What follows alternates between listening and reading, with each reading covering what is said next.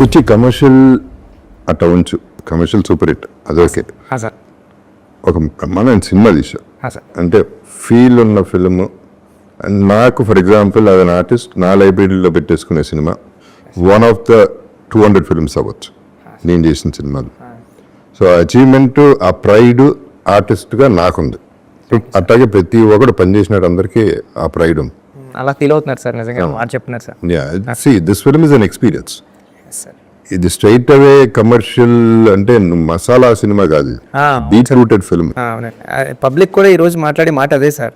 అంటే ఇండివిజువల్గా ఎవరి కాళ్ళు అంటే రివ్యూస్ చాలా మంది ఉన్నారండి. మామూలు ఒక వాళ్ళకి ఫాలోవర్స్ ఉంటారు, ఒక 5 లక్షలు 6 లక్షలు 10 లక్షల మంది ఫాలోవర్స్ ఉంటారు. వాళ్ళు రివ్యూ ఇవ్వడం ఏంటంటే పబ్లిక్ సినిమా చూసి బాగుంది బాగోలేదని కాకుండా డైరెక్ట్గా రివ్యూ ఇచ్చేస్తున్నారు సార్. అంటే మొబైల్ ఇలా పెట్టుకుని వాళ్ళు ఒక రివ్యూ అంటే మౌత్ టాక్తో పక్కన చెప్పడం కాకుండా ఒక రీల్ పెట్టేవాళ్ళు ఒక వీడియో క్లిప్ పెట్టి చాలా బాగుందని వాళ్ళు పర్సనల్గా ఒక రివ్యూ ఇస్తున్నారండి. ఆ మౌత్ టాక్ వల్లే ఎంత స్ప్రెడ్ అయ్యి. What ever I went to the experience with you, with your project, నేను ఫీల్ అయింది టేక్ ఆఫ్ ఎక్కడికో వెళ్ళిపోయిన సినిమా అనేది. నేను ఏదైతే అంటే నేను గబుక్కని ఏది అన్నో, నేను అన్న మాటలు మళ్ళీ రిపీట్ చేస్తున్నా. ఈ సినిమా ఇండస్ట్రీ ఊపిరి పీల్చుకుంటుంది మళ్ళీ అనే ఆ టైం వచ్చింది అనేది నేను ఖచ్చితంగా చెప్పాను. అలాగే నేను చెప్పింది రామ్ చరణ్ ప్రతి షాట్ 6 అని చెప్పాను. నా character one of the best characters, maybe the best అని కూడా చెప్పాను. ఇప్పటికే అది చెప్తాను. So I'm sticking to that. So ఏమైంది నాకు అర్థమైంది ఏంటంటే వచ్చి ఫస్ట్ ఆఫ్ ఆల్ ఈ సినిమాలో ఒక ఆట ఆడాడు, పోరాడాడు, గెలిచాడు. కానీ ఇవాళ ఇండస్ట్రీ అని సినిమాలు కానీ ఎట్టా ఉన్నాయంటే గెలిచిన తర్వాత కూడా మళ్ళీ పోరాడాల్సి వస్తుంది. మళ్ళీ పోరాటం జరుగుతుంది. ఈ పోరాటం ఎక్కడ జరుగుతుంది? Opposition's, negative people. నా ప్రకారం first day, second day, almost third day వరకు కూడా పక్క ఆడియన్స్ అనేది థియేటర్ రావట్లేదండి. అది ప్రతి హీరో మూవీకి అది మామూలు, యుద్ధం తప్పుతలేదండి. అది తప్పదు. బట్ దీనికి ఎక్కువ, దీనికి అపోజిషన్ ఎక్కువైపోయింది. ఏదో నెగిటివిటీ అది కావాలనే చేసేవాళ్ళు కూడా గ్యారంటీగా ఉన్నారనేది ఇవాళ అర్థమైంది. సో నేను డిసప్పాయింట్ అయ్యా. నా ఎక్స్పెక్టేషన్కి వెళ్ళలేదండి beginning.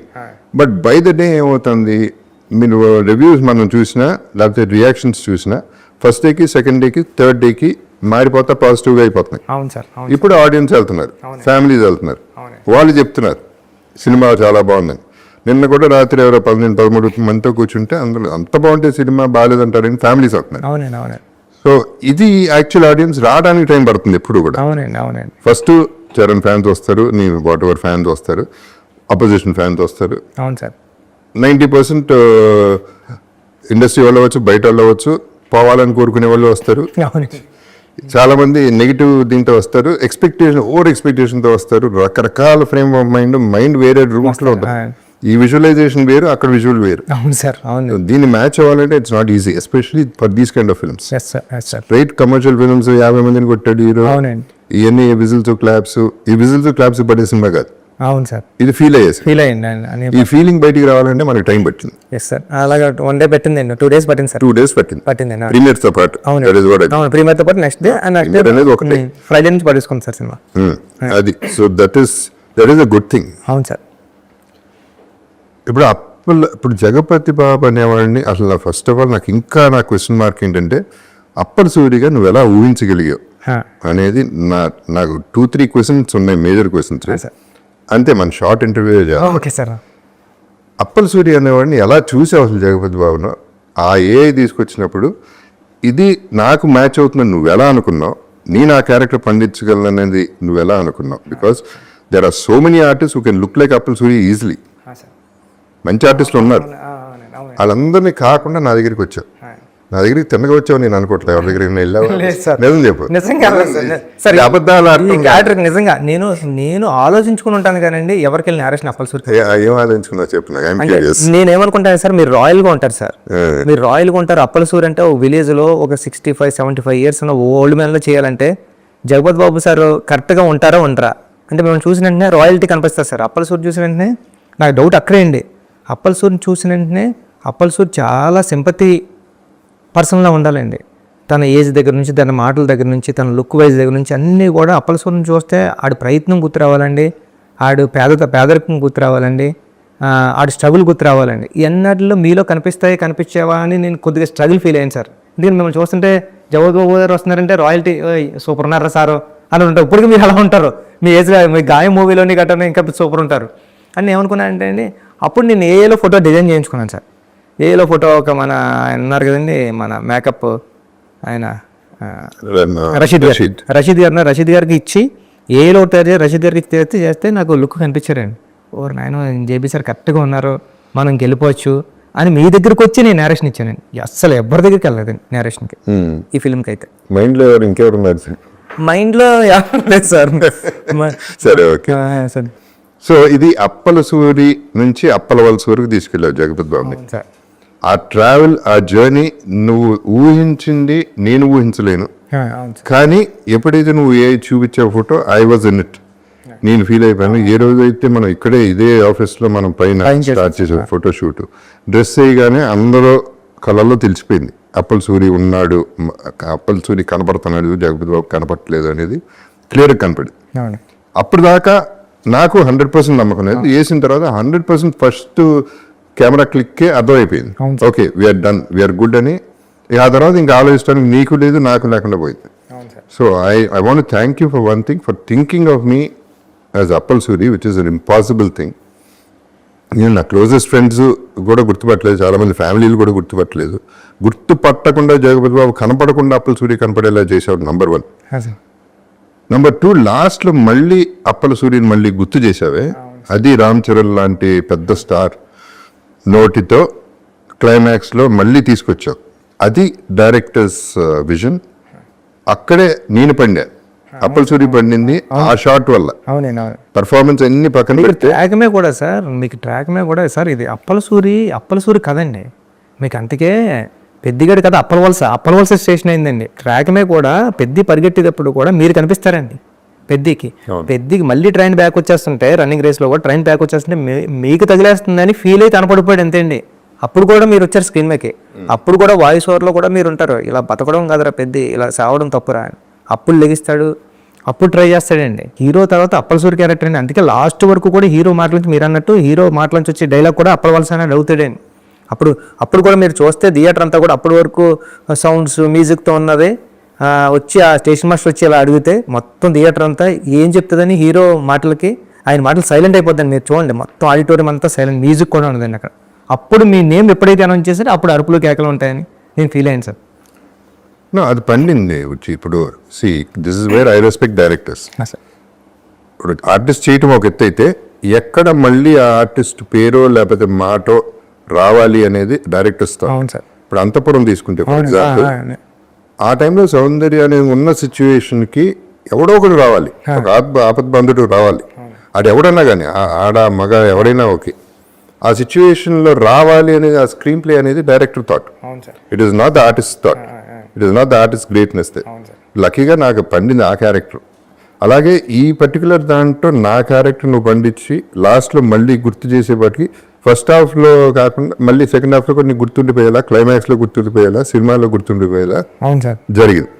So this is where I'm really happy with my character in the film. ఇక రామ్ చరణ్ తెలిసిందే, అంటే అసలు నువ్వు ఒక మెగాస్టార్ కొడుకు, ఒక మెగా పవర్ స్టార్, ఆస్కార్, ఆర్ఆర్లు, బ్యాక్స్ మ్యూజియంలు, ఇన్ని అచీవ్మెంట్లు ఉన్న ఒక హీరోని అంత కష్టపెట్టావు. అన్బిలీవబుల్ కష్టం చేశాడు పాపం.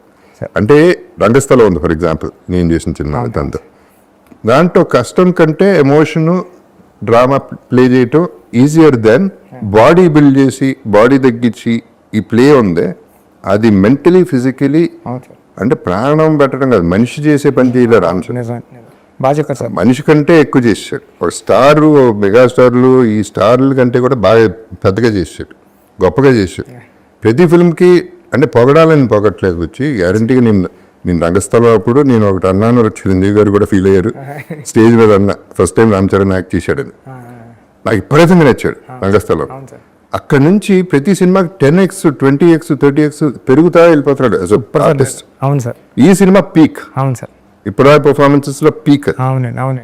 సో తంది ఇక నోన్ ఫ్యాక్టరీని ఎక్కువ మాట్లాడాల్సిన అవసరం కూడా లేదు, ఇక తను ఎక్కడికో వెళ్ళిపోయాడు. అవును సార్, ఈ రోజు మొత్తం అంతా సోషల్ మీడియా అంతా కానీ, సినిమా చూసిన వాళ్ళంతా కానీ మాట్లాడేదంతా చరణ్ గారు అండి. పెద్ది అంటే పెద్ది ఎక్కడ కూడా రామ్ చరణ్ గారు అన్న పర్సన్ కనపడలేదండి. పెద్ది క్యారెక్టరే, పెద్ది ఇన్వాల్వ్మెంట్, పెద్ది ఆయనకి అందరూ కూడా నేనేదో రాసుకుంటే నేషనల్ అవార్డు వస్తుందని నేను అనుకున్నాను కదండి. ఆయనకి ప్రతి ఒక్కళ్ళు కూడా అందరూ నేషనల్ అవార్డు వస్తుంది వాళ్ళే అంటున్నారు. అది గ్యారంటీ. అంటే ఆయన పర్ఫార్మెన్స్ అంత రంగస్థలం, ఆర్ఆర్ఆర్ అన్నీ బాగున్నాయండి. దానికన్నా దీంట్లో పీక నేను నమ్మానని జనాలు కూడా అది ఆ ఫస్ట్ మార్కులు అయితే దానికి వేసేసారండి సినిమాలో. అది డిజర్వింగ్ కూడా. అది దెర్ ఇస్ నో చాయిస్ అక్కడ, ఎవరికి చాయిస్ వదల. అంటే ఇష్టం లేని వాళ్ళు కూడా చచ్చినట్టు ఒప్పుకోవాలి. అలా ఉంది సార్. మనసు ఒప్పకపోయినా మనసుకు తెలుసు, అవునండి, అవును. బయటికి చెప్పలేకపోయినా. బట్ అది దాని గురించి పెద్ద డ్రామా లేదు, ఇంకా మనం ఏం చేయలేదు. అంటే మనం ఆపలేని కాంప్లిమెంట్. అవును సార్. అది కాంప్లిమెంట్ కూడా కాదు, అటువంటి అప్రిసియేషన్, అటువంటి ఆర్టిస్ట్ మనం. ఎందుకంటే సార్ ఇప్పుడు ఒక జోక్ వేస్తే సరదాగా నవ్వు వచ్చేస్తుందండి. ఒక ఏడిపించడం అంటే మామూలు విషయం కదండి. అది ఆ లేడీస్ అందరూ ఏడుస్తున్నారు. నిన్న నేను అల్లు స్టూడియోస్కి దానికి వెళ్ళానండి. వెళ్తే దాంట్లో కూర్చొని అందరూ చూస్తుంటే ఇలా తుడుచుకుంటున్నారండి. వాళ్ళ హస్బెండ్లు అంటున్నారండి, అంటే ఈ స్క్రీన్ ఇలా వాళ్ళ ఫేస్ మీద పడుతుంది కానీ ఇలా బ్యాక్ చేస్తే ఆగు అంటున్నారండి. అయినా సరే తుడుచుకుంటారండి. అంతలా ఓవర్ కనెక్ట్ అయిపోయిందండి లేడీస్కి. అంటే అంతలా ఇన్వాల్వ్ అయిపోయి చేశారండి చరణ్ గారు. లేకపోతే పెద్ద ఒక స్టార్ హీరో పెద్ద ఇలాంటి క్యారెక్టర్లో ఒదిగిపోయి ఒక ఆడియన్ని అలాంటి ఎమోషన్ రప్పించడానికి విజిల్ అయితే ఈజీగా వేస్తారండి స్టార్ హీరోకి. స్టార్ హీరో ఏడుస్తుంటే ఆడియన్ ఏడ్చారంటే అండి అది చాలా విజిల్ ఉంది. ఎంటర్ అయ్యే ముందే మ్యూజిక్ వేసేస్తారు, స్టార్ రావాలండి, పేరు పడతాయి అది క్యారీ చేసేస్తారు సార్. బట్ ఇప్పుడు ఇది సరే, మిగతా ఇట్లా ఉంచితే ఆఫ్ కోర్స్ నీకు ఫెంటాస్టిక్ టెక్నీషియన్స్ దొరికారు. ఒక టీం, మామూలు టీం కాదు. ర్యాండీ ఎప్పుడు అన్నట్టే is the only DOP you can say okay without directors కంటే. ఎందుకంటే డైరెక్టర్స్ థాట్ తెలిసిన మనిషి. సరే రెహమాన్ గారు, ఇక ఏదంటే సినిమా గురించి ఆల్రెడీ రిలీజ్ అయింది కాబట్టి నేను ఎక్కువ దాని గురించి మాట్లాడలేదు. బట్ నన్ను ఇంత ఎలివేట్ చేసి, అప్పల సూరిని ఇంత ఎలివేట్ చేసి అప్పలవలస వరకు తీసుకెళ్ళి సినిమా పండించేసి డెఫినెట్గా నాకంటూ ఒక సాలిడ్ పేరు వచ్చేసింది సినిమాలో. చేసే ప్రతి షాట్ చేసినప్పుడల్లా సూపర్ అని మీరు అందరూ ఫీల్ అయ్యారు, నేను ఫీల్ అయ్యాను జెన్యున్ గా. ఇది ఎక్కడికో వెళ్ళిపోతుంది అనేది మీరు అనుకున్నారు, నేను అనుకున్నాను, అందరూ అనుకున్నాం. కానీ నా పెయిన్ ఏంటంటే మాట వరుసకి జగపతి బాబు అంటున్నారు తప్ప నా పేరైతే అప్పల సూర్యని ఎక్కువ వాడలేదు.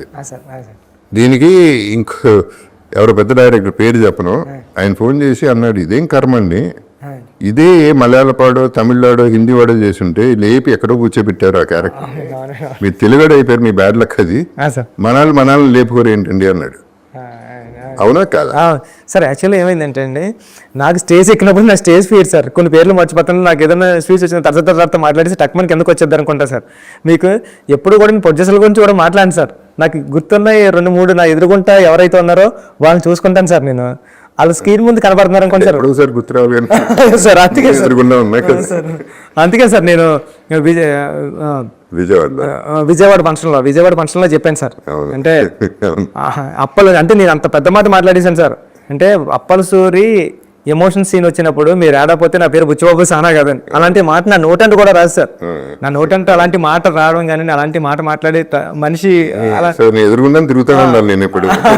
మీరు ఎదుర్కొంటున్నారు సార్. ఎదుర్కొంటున్నాను అంటే వచ్చేసిందండి. అంటే బుచ్చిబాబు సానా కాదని మా ఇంటికి వచ్చినప్పుడు ఎంత పెద్ద మాట మాట్లాడానంటే, ఎన్నోసార్లు జగపతి బాబు గారు బాగా చేశారని ఇంటికి వచ్చి చెప్పేవాడు కాబట్టి నీకు ఆ ఎమోషన్ వచ్చేసింది బయటకు అంతే అన్నారు సార్. అది నేను సార్ మీరు అంతఃపురం చూసిన తర్వాత అంతఃపురం లాంటి క్యారెక్టర్ అని ఫీల్ అయ్యింది సార్. ఇది అంతఃపురం లాంటి క్యారెక్టర్. ఇట్స్ యాక్చువల్లీ అంతఃపురం కూడా కొంత కమర్షియలే, సెల్ఫిష్నెస్ ఉంది అంటే. మిగతా సినిమాల్లో నేను చంపటాలు వీటిల్లో చాలా బాగా చేశాను, కానీ ఇది చచ్చిపోవటంలో ప్రాణం ఇచ్చా. అవును సార్, ప్రాణదానం చేశాను. అవును సార్. చాలా సెటిల్ పర్ఫార్మెన్స్ చేశారు సార్. ఆ చనిపోయే సీన్లో కూడా మీరు అంటే ఇంకా మామూలు అంటే మా బండి మన అవసరం కాదు ఆత్మగౌరవం అని చెప్పేటప్పుడు డైలాగ్ వచ్చిన నాకు గూజుమ్స్ వస్తూ ఉంటాయి సార్. అప్పుడు కూడా మీరు అదే డైలాగు మీరు క్లైమాక్స్లో మీరు ఉండరండి, విజువల్గా మీ వాయిస్ పడుతుందండి హీరో ఫేస్ మీద. అప్పుడు కూడా అదే ఫీలింగ్ అండి. అంటే మీరు ఉంటాయి కదండి, మీ వాయిస్తో కూడా మీరు యాక్ట్ చేసి ఆడియన్కి ఆ ఫ్రీక్వెన్సీ ఇవ్వగలరు మీరు. ఆ కనెక్ట్ జరిగింది. లక్కీలీ ఆడియన్స్ కనెక్ట్ అయిపోయారు. ఆడియన్స్కి తెలియదు ఏం లేదు. అవును సార్, అవును sir. They are very very clear, మనకంటే క్లెవర్ పీపుల్. కాకపోతే ఈ సినిమా ఏంటంటే ఇప్పుడు 3 సంవత్సరాలు 4 సంవత్సరాలు పడతాం వచ్చి మన వల్నరబిలిటీ ఆఫ్ సినిమా ఏంటంటే 300 కోట్లు 400 కోట్లు సినిమా చేస్తాం. 3 సంవత్సరాలు కష్టం పక్కన పెట్టి హోప్, ఆశ. అంటే ఎక్కడో ఏదో ఇది ఎక్కడో చూసేస్తామని ఆ 300 రూపాయల టికెట్ కొనుక్కునేవాడు ట్రోల్ చేస్తే వాడు 10x 20x సంపాదించుకోగలరు దానిపైన. అవును సార్. అటువంటి ఇండస్ట్రీలో ఉన్నాం మనం. అవునండి. సో మనం ఎప్పుడు వనరులు అతనే కింగ్. ఇక 300 రూపీసే కింగ్, 300 crores కాదు. అవును సార్. అవును, బాగా చెప్పారు సార్.